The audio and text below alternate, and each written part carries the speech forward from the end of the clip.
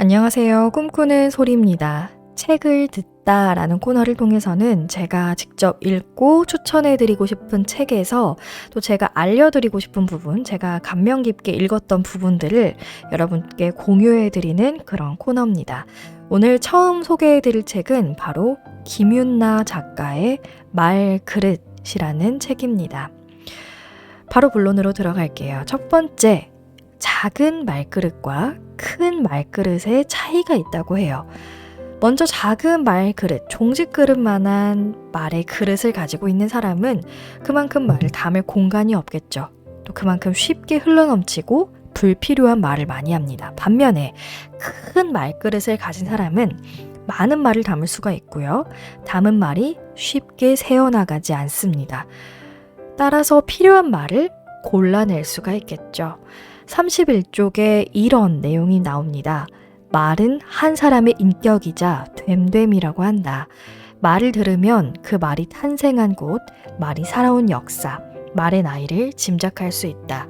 말은 한 사람이 가꾸어 온 내면의 깊이를 드러내기 때문에 말 그릇을 키우기 위해서는 먼저 내면이 성장해야 한다. 네, 두 번째는 진짜 감정을 찾으라고 작가가 말합니다. 74쪽인데요. 감정의 진짜 목적을 마주하지 못하면 당신의 말은 갈 곳을 잃는다.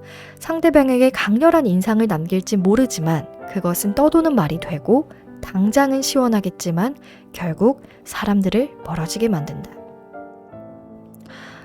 즉 이런 말이에요. 우리가 막 감정이 막 올라와요. 화가 나거나 슬프면 내가 의도치 않게 막 어떤 말들을 쏟아내요. 진짜 감정을 내가 모르기 때문이에요. 즉 작가는 진짜 나의 감정을 찾아서 불필요한 말을 줄이라고 말합니다. 이 감정을 찾기 위해서는 이런 방법들을 쓰면 좋다고 하는데요. 첫 번째, 나는 그때 땡땡땡이라는 감정을 느꼈다. 네, 땡땡땡을 채우면서 들어보세요. 두 번째, 왜냐하면 내가 땡땡땡이라는 기대 또는 생각을 가지고 있었기 때문이다. 3번, 그러니까 다시 생각해보면 내가 느낀 첫 감정은 땡땡땡이다. 네, 이 땡땡땡을 채워보면서 진짜 나의 감정들을 찾아가는 연습을 하시면 이 감정 찾기만으로도 나의 말이 다듬어진다는 것입니다. 세 번째, 각자의 공식이 있습니다. 101쪽인데요. 어떤 사람이 지나치게 강조하거나 고수하는 말을 자세히 들어보면 결국 그 사람을 지배하는 특정한 공식과 만나게 된다. 네, 공식의 구조는 이렇게 되어 있다고 해요. 먼저 accident, 사건. 어떤 사건이 있고 그 사건을 통해서 belief, 어떤 믿음과 공식이 생깁니다. 이렇게 대처를 해야 되구나. 그래서 consequence, 반응이 나타납니다. 그래서 동일한 사건을 두고서도 사람들은 서로 각자 다른 반응을 보이죠. 왜냐하면 사건을 대하는 개인의 믿음과 공식이 다르기 때문입니다. 개인의 공식에 따라서 대화 결과는 전혀 달라지는데요. 그래서 우리 주변에 저 사람은 나랑 안 맞아. 어떻게 저런 가치관을 가지고 있지? 라고 생각이 되는 사람들 종종 있죠. 근데 틀린 게 아니라 다른 겁니다. 그 사람은 어떤 사건에 의해서 생긴 공식이 다르기 때문이에요. 이 공식이 다른 것에 대해서 대부분의 사람들은 두 가지로 반응이 나타나게 된다고 해요. 첫 번째는 무시하거나 강요하는 반응. 두 번째는 질문하고 인정하는 반응이에요. 그러니까 무시나 강요는 야 네가 그러니까 이 모양이지. 또는 야 내 생각이 이래 하면서 무조건 밀어붙이는 이런 반응을 하거나 또는 질문하고 인정합니다. 그렇게 생각하는 이유가 뭐야? 라고 질문을 한다거나 나도 그래 라고는 할 수 없겠지만 네 입장에선 그렇게 생각할 수도 있었겠네? 라고 인정을 한다는 거예요.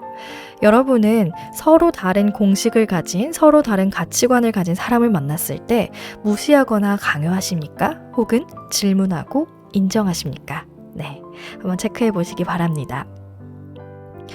네 번째 듣기의 기술입니다. 3F 듣기라고 하는데요.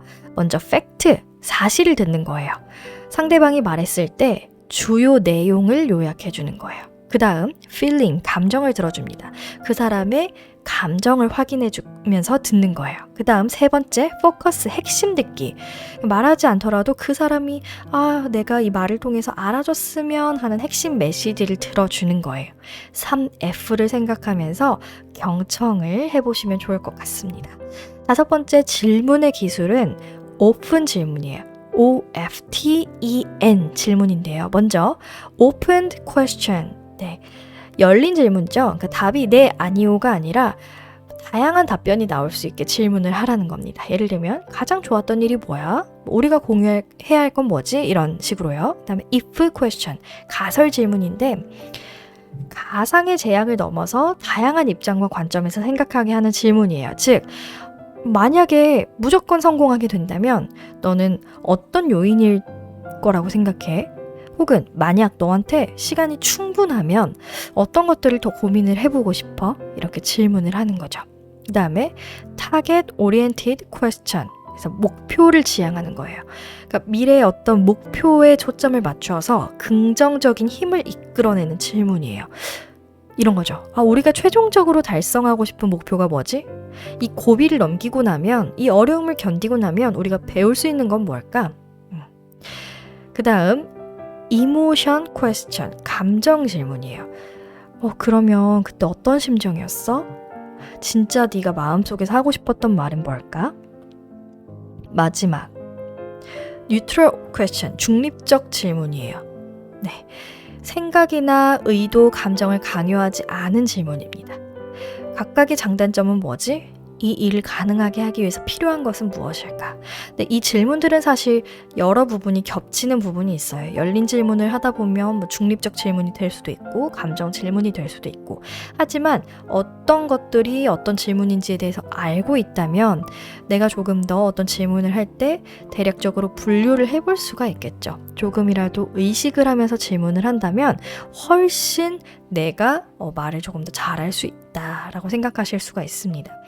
그래서 다양하게 듣기, 또 질문의 기술을 통해서 상대방의 마음을 만져주는 그런 말하기, 상대방을 공감해주는 말하기, 또 정말 상대방의 그 감정과 상대방의 핵심 메시지를 잘 들어두는 연습을 하신다면 여러분이 생각하는 그런 말하기, 훨씬 잘 들어있을 겁니다.